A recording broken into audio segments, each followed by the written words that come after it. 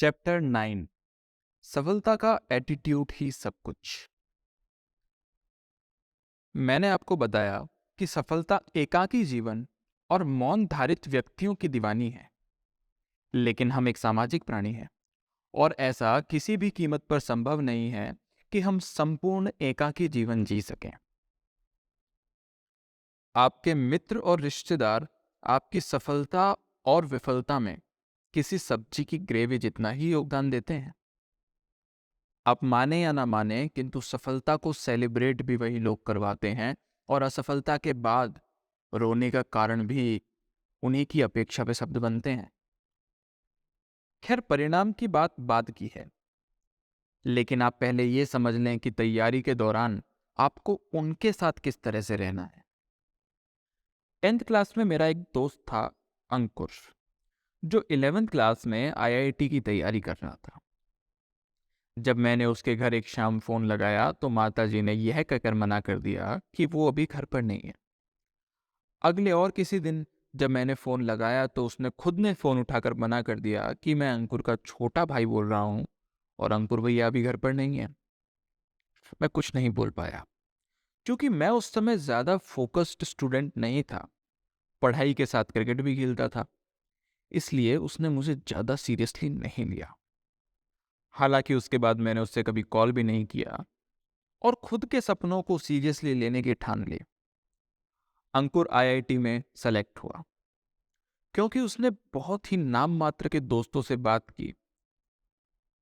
आज भी हम अच्छे दोस्त हैं और वो खुद आगे से फोन करता है, लेकिन उस वक्त उसने एक टफ डिसीजन लिया। जब भी आप एक टफ डिसीजन का रास्ता चुनते हैं तो अपने आप ही मेहनत करने का दबाव बढ़ जाता है और उस टफ डिसीजन को सही साबित करने के लिए दिन रात एक करनी पड़ती है।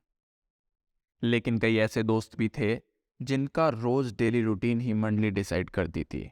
वो हर ग्रुप एक्टिविटी में शामिल होते थे, बर्थडे पार्टी से लेकर सिनेमा हॉल और हैंगआउट से लेकर डिनर तक।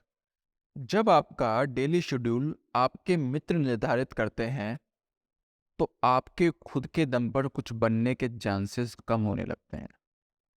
मेरा एक सीनियर जो IIT में टॉप 100 रैंक के साथ सेलेक्ट हुआ, वो किसी कैदी जैसी जिंदगी जीता था। अपने रूम से कोचिंग और कोचिंग से रूम, घर वाले दरवाजे को खटखटाकर खाने की थाली रखकर चले जाते थे और वो खाकर वापस बाहर रख के गेट बंद कर लेता था। पूरे 2 साल वो अपने परिवार से भी डिस्कनेक्ट रहा, रिश्तेदारों की तो बात ही छोड़िए। यह आसान बात नहीं है, आपको बहुत ज्यादा डिसिप्लिन्ड होना पड़ता है। जब आप ज्यादा लोगों के कांटेक्ट में रहते हैं तो उनके शब्द आपको तैयारी के रास्ते पर सकारात्मक और नकारात्मक दोनों ही तरह से प्रभावित कर सकते हैं, और ज्यादातर समय नकारात्मक होता है। इसलिए कम दिखिए, शब्दों से नहीं कर्मों से जवाब दीजिए।